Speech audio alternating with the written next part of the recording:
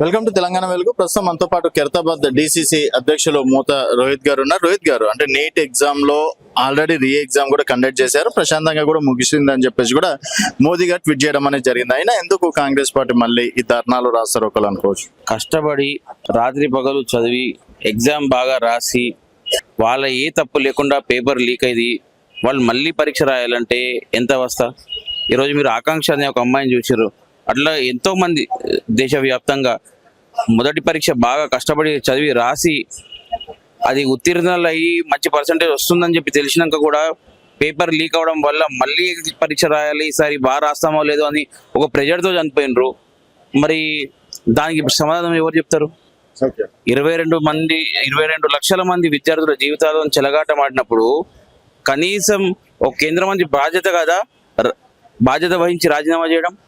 మరి నరేంద్ర మోదీ గారు ఏ విధంగా సమర్థిస్తున్నారు ధర్మేంద్ర ప్రధాన్ గారిని?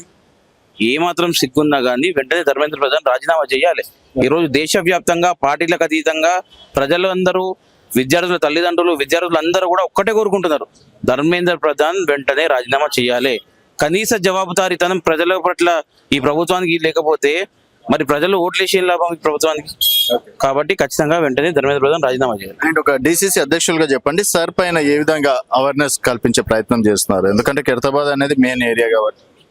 మేము ఆల్రెడీ కాంగ్రెస్ పార్టీ తరఫున ప్రతి డివిజన్ లో కూడా, ప్రతి కాన్స్టిట్యున్సీలో కూడా ట్రైనింగ్ ప్రోగ్రామ్ నిర్వహించడం జరిగింది. అతి త్వరలో ప్రజల్లోకి వెళ్ళి కూడా మరి ఎస్ఐఆర్ ప్రాసెస్ గురించి పూర్తి అవగాహన కల్పించే విధంగా ప్రజలకు డోర్ టు డోర్ వెళ్ళి కూడా ఎక్స్ప్లెయిన్ చేయబోతా ఉన్నాము. మరి ఏ విధంగా ఎన్యూమరేషన్ ఫామ్ కానీ, మరి ఏమన్నా డిస్క్రిపెన్సీస్ ఉంటే ఫామ్ 6, ఫామ్ 7, ఫామ్ 8 ఏ విధంగా వాడాలనేది కూడా అందరి దృష్టికి కూడా తీసుకెళ్తా ఉన్నాము. ఈ నెల రోజులు ఫీల్డ్ మీదే ఉండి ఏ ఒక్క అర్హత ఉన్న ఓటు కూడా తొలగించకుండా కాంగ్రెస్ పార్టీ చిత్తశుద్ధితో పనిచేయబోతుంది. డిసిసి అధ్యక్షులు ఉన్నప్పటి నుంచి అలుపేరు పోరాటం, ఏదన్నా హైదరాబాద్ లో భారీ ర్యాలీ కావచ్చు, ఏదన్నా కూడా మూత రోహిత్ ఆధ్వర్యంలో జరుగుతుంది. సో ఎట్లుందన్న డిసిసి ప్రెసిడెంట్ గా, అంటే బాధ్యతలు వచ్చిన తర్వాత?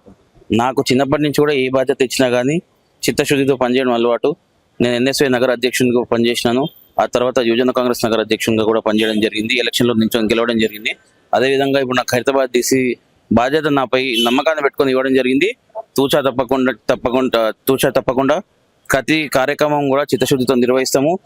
కాంగ్రెస్ పార్టీ చేసిన మంచిని ప్రజలకు తెలియజేస్తాము. అదేవిధంగా కేంద్ర ప్రభుత్వం ఏవైతే ప్రజా వ్యతిరేక విధానాలు అవలంబిస్తుందో వాటి మీద కూడా నిరసన కార్యక్రమాలు చాలా బలంగా చేస్తూ ప్రజల్లోకి తీసుకెళ్తాం. 2.5 సంవత్సరాలుగా కాంగ్రెస్ పార్టీ కోటేసి ప్రజలు ఈరోజు మోసపోయారు. రైతు భరోసా రాలేదు, వీళ్ళు చెప్పినటువంటి ఏ పథకాలు అమలు అవ్వట్లేదు. సో ఏ మొహం పెట్టుకొని ఈరోజు ప్రజల వద్దకు వచ్చే ప్రయత్నం చేస్తుందని ప్రతిపక్షాలు విమర్శిస్తున్నారు అన్న. సో మొత్తానికి 2.5 years గా కాంగ్రెస్ పార్టీ ఫెయిల్యూర్ అనుకోవచ్చు. కాంగ్రెస్ పార్టీ అధికారంలోకి వచ్చిన తొలి నెలల్లోనే ఉచిత బస్సు ప్రయాణాన్ని మరి అమలు పరచడం మొదలుపెట్టినారు. రైతులకు రుణమాఫీ చేసినారు. ఉచిత 200 యూనిట్ల కరెంట్ ఇచ్చినారు. సన్న బియ్యం ఇస్తూ ఉన్నారు. ప్రతి ఒక్క కార్యక్రమాన్ని కూడా ప్రభుత్వం చిత్తశుద్ధిగా చేస్తూ ఉంది. గతంలో బీఆర్ఎస్ ప్రభుత్వ హయాంలో ఇచ్చిన చీరలు పేదింట్లలో పరదలు కట్టుకుని పనికొచ్చాయి. అంత చీప్ క్వాలిటీ ఇచ్చారు. ఈసారి ప్రభుత్వం ఎంత నాణ్యమైన చీరలు, క్వాలిటీమైన చీరలు ఇస్తున్నారు. ప్రజలంతా సంతోషంగా ఉన్నారు. 1 కోటి మంది మహిళలను కోటీశ్వరులు చేయాలన్న సంకల్పంతో కేసీఆర్ గారు, రేవంత్ రెడ్డి గారు పనిచేస్తూ ఉన్నారు. మీరు చూస్తూ ఉన్నారు, మహిళలకు పెట్రోల్ పంపులు ఇవ్వడం కానీ, బస్సులను ఇవ్వడం కానీ ఇంతకుముందు ఎప్పుడైనా ప్రభుత్వం చేసిందా?